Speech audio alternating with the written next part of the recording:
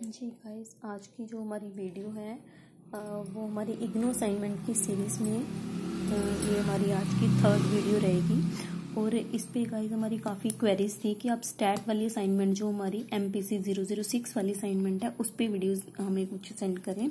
तो मैंने आज इसी पे वीडियो बनाई है और इसका क्वेश्चन भी मैंने स्पेशली स्टैट वाला ही आज लिया है जो है calculate one way ANOVA for the same means जो नीचे थ्री ग्रुप्स दिए हुए हैं इनके लिए हमने वन वे एनोवा वैल्यू निकालनी है। गाइस, वन वे एनोवा को ही हम एफ रेशियो या एफ टेस्ट भी बोलते हैं और ये हमारा एक पैरामीट्रिक टेस्ट होता है। तो गाइस, सिर्फ ये अभी के लिए आप सिंपली यही समझ लो कि अगर हमारे पास टू ग्रुप्स होंगे तो उनको कंपेयर करने के लिए हमारे पास टी टेस्ट रहता है, लेकिन अगर मोर देन टू ग्रुप्स हैं then we will use ANOVA test और एफ रेशियो टेस्ट। और अभी हम इसको देख लेते हैं कि हमने कैसे परफॉर्म करना है। गाइस, इसमें ये ज़्यादा कुछ भी टफ नहीं है, हाँ थोड़ा लेंथी है और कुछ स्टेप्स हैं जो हमने फॉलो करने हैं, उसके बाद आपकी एफ रेशियो आपको मिल जाएगी। सबसे पहले सिंपली इसमें क्या हमें छोटी छोटी वैल्यू सबसे पहले क्या चाहिए, एक के वैल्यू चाहिए, small N and capital N. K value यहाँ पे क्या होगी, जितने आपके पास नंबर ऑफ ग्रुप्स हैं that is your K value, which means number of groups are 3, therefore K is equal to 3। Small N is total number of scores in a group. एक group में यहाँ पे कितने स्कोर्स हैं या कितने cases हैं, वो है हमारे पास 10, therefore small N is equal to 10 and capital N is total number of scores और total number of cases in the problem that is 30। 10 + 10 + 10 is equal to 30। Further जो मेन स्टेप इस वाले क्वेश्चन में गाइस रहता है वो आपका होगा टू कंस्ट्रक्ट नल हाइपोथेसिस। हमने कोई भी रिसर्च में जब भी हमने कोई भी रिसर्च परस्यू करनी होती है तो उसके लिए सबसे पहला स्टेप हमारा ये है कि हम नल हाइपोथेसिस को कंस्ट्रक्ट करते हैं।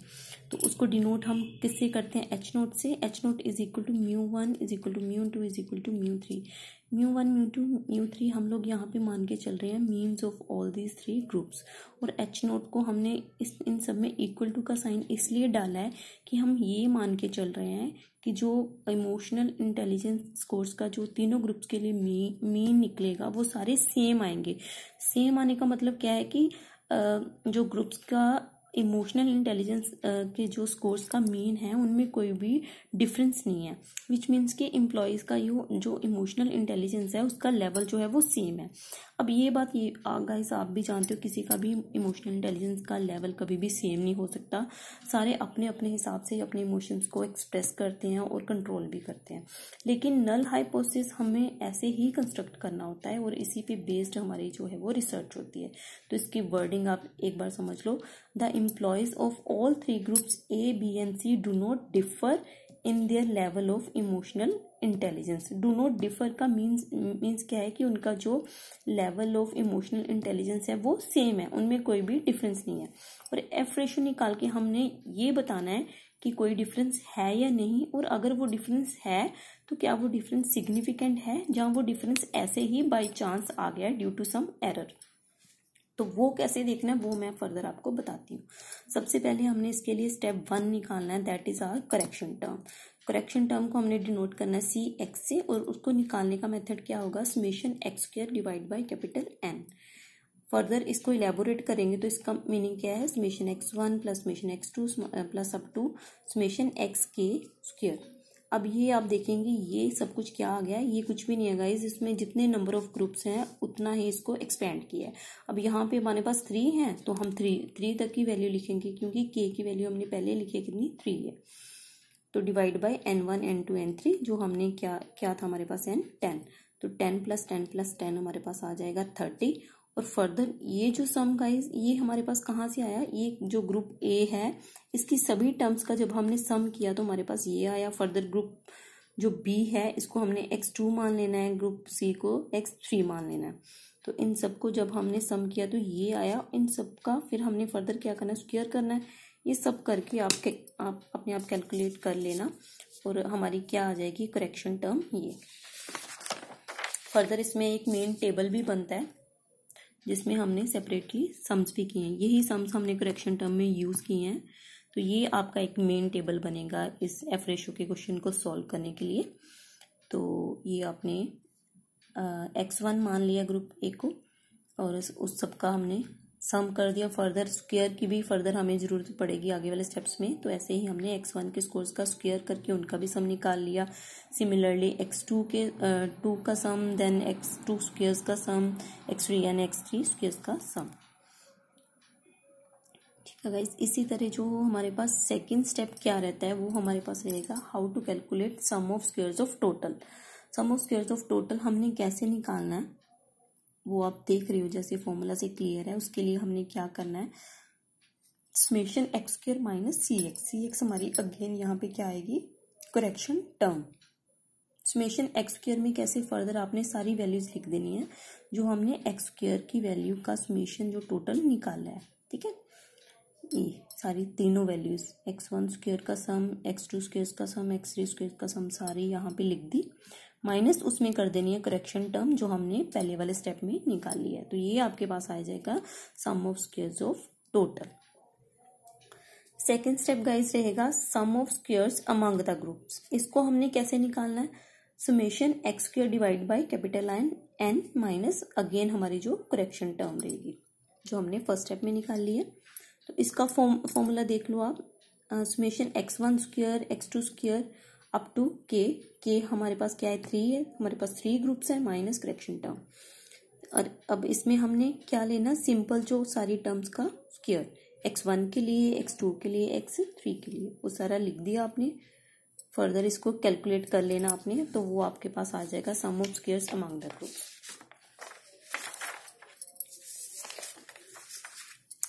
थोड़ा सा लेंथी है बट ऐसे ही हमने स्टेप्स फॉलो करके इसको निकालना है। ये आपके पास आ गया sum of squares among the groups. Fourth step में गाइस आपने निकालना है sum of squares within the groups. उसके लिए आपने सिंपली क्या कर देना है, जो sum of squares for the total और sum of squares among the groups निकाला है, दोनों का डिफरेंस करके आपके पास आ जाएगा sum of squares within the groups. अब फर्दर गाइस छोटे छोटे स्टेप्स और हैं दो, जिसमें आपने अभी फर्दर इन टर्म्स का मीन निकालना है। सबसे पहले किसका मीन निकालोगे, mean sum of squares among the groups. जो आपने अमंग द ग्रुप्स की वैल्यू निकाली थी, इसका आपने अभी मीन निकालना है। तो मीन आप कैसे निकालोगे, डिवाइडेड बाय k माइनस 1 करके।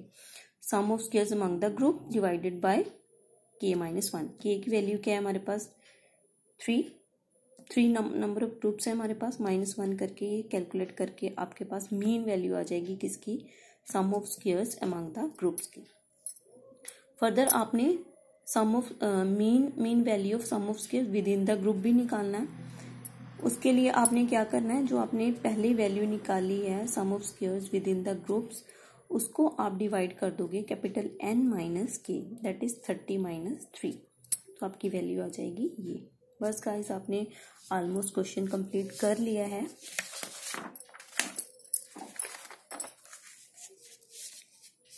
अब आप क्या करोगे, 7th स्टेप में जो mean sum of squares among the group divide by mean sum of square within the groups की वैल्यूज निकाली है, उन दोनों को डिवाइड करके जो वैल्यू आएगी वो आपकी एफ रेशियो की वैल्यू आ जाएगी। अब गाइज यहाँ से आपको ये पता चल गया कि इतना डिफरेंस हमारे पास आया है। ये एफ रेशियो का मीन्स यही है कि तीनों ग्रुप्स के जो मीन्स में है वो इतना डिफरेंस है। लेकिन फर्दर आपने ये भी देखना है कि ये डिफरेंस सिग्निफिकेंट है भी कि यहाँ ये ऐसे ही कोई मतलब किसी एरर की वजह से ये बाय मिस्टेकन, जहाँ समझ लो कि जब जो रिसर्चर है वो स्कोर्स को लिख रहा था उस टाइम को जब उनको उन पे मतलब जो स्केल है उसको एडमिनिस्टर कर रहा था, उस टाइम पे कोई एरर आ गई, जहाँ कोई ऐसा कोई ऐसी बात होगी कि जिससे वो डिफरेंस आ गया। हमने ये पता करना है फर्दर कि अब ये डिफरेंस सिग्निफिकेंट है या नहीं। अब फर्दर समरी ऑफ एनोवा के लिए भी एक छोटा सा टेबल बनना है। ये वैल्यूज कुछ भी नहीं है, ये सारी आप वैल्यूज निकाल चुके हो, वही आपने सारी लिखनी है among the group with in the group जो आपने निकाला ही है। और डिग्री ऑफ फ्रीडम क्या रहेगी, जो आपने मीन वैल्यूज निकालने के लिए जिसके साथ डिवाइड किया था, जैसे पहले k-1 के साथ किया था फॉर अमंग द ग्रुप के लिए, एंड देन n-k के साथ डिवाइड किया था for with in the groups के लिए। ये सारी वैल्यूज जो निकाली हैं उन्हीं को यहाँ पे लिखा है। मेन हमारा जो मोटिव क्या है यहाँ पे अब देखना कि जो वैल्यू निकली है वो सिग्निफिकेंट है क्या नहीं।